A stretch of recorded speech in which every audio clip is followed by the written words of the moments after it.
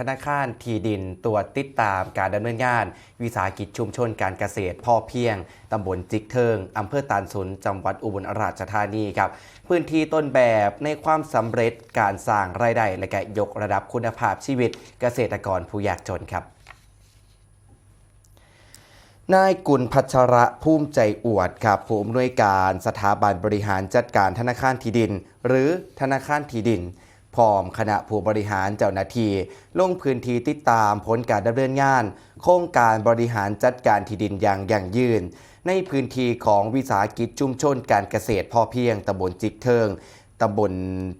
งอำเภอตาลสุมจังหวัดอุบลราชธานีผู้อำนวยการธนาคารที่ดินครับเพื่อได้เปิดเผยว่ารัฐบาลภายใต้การนำของนายกรัฐมนตรีนายอนุทินชาญวิรกูลได้มอบหมายให้นางสุขสมรวยวันธนิยกุลรัฐมนตรีประจำสำนักนายกรัฐมนตรี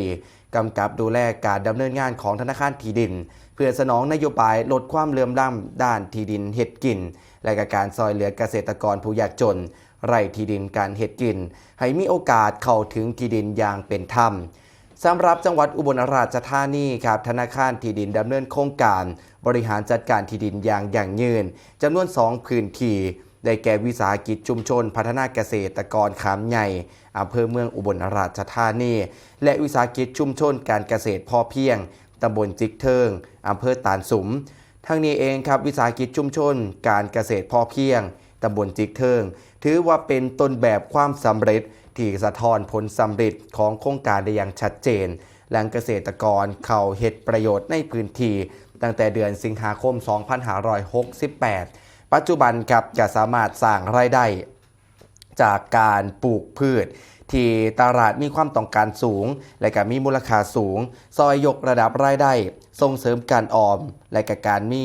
รบริหารจัดการกลุ่มอย่างเข้มแข็งนำไปสู่คุณภาพชีวิตที่มั่นคงและก็ยั่งยืนของสมาชิกในชุมชนต่อไปครับ